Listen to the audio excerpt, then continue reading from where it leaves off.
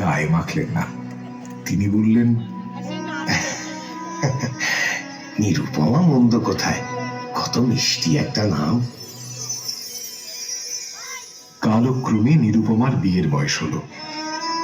এদিক ওদিক সম্বন্ধের খোঁজ শুরু হলো। রামসুন্দর মিত্র অনেক খোঁজ করলেন, কিন্তু কিছুতেই মনের মতো পাত্র পাচ্ছিলেন না। অবশেষে মস্ত এক রায়বাহাদুরের ঘরের একমাত্র ছেলের কথা তার কানে এলো।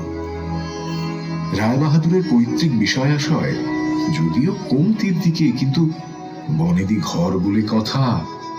সম্বন্ধ পাকা হওয়ার সময় পণের কথা উঠল। পাত্রের বাবা বললেন,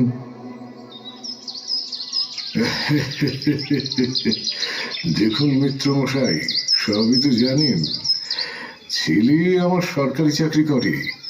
এই বাজারে সে কি চারটিখানি কথা নাকি? তা তো ঠিকই, তবে আমাদের বিশেষ কোনো লোভ নেই। নগদ 1010 পণ হলেই আমরা খুশি। রাজা দান সামগ্রী দেবেন। রামসুন্দর কিছুমাত্র বিবেচনা না করেই রাজি হয়ে গেলেন। এমন পাত্র কোনো মতে হাতছাড়া করা যায় না। তিনি বললেন, বেশ, তাই হবে।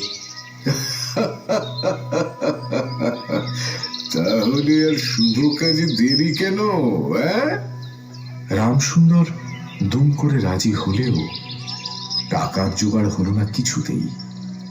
জিনিসপত্র বন্ধক রেখে বিক্রি করে অনেক চেষ্টাতেও 3-4 হাজার টাকাই জোগাড় হলো।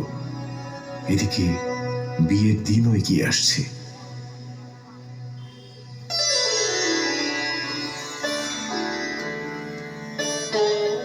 অবশেষে বিয়ের দিন এসে গেল।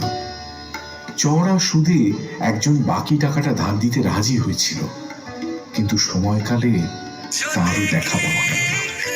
বিবাহ আসলে একটা তুমুল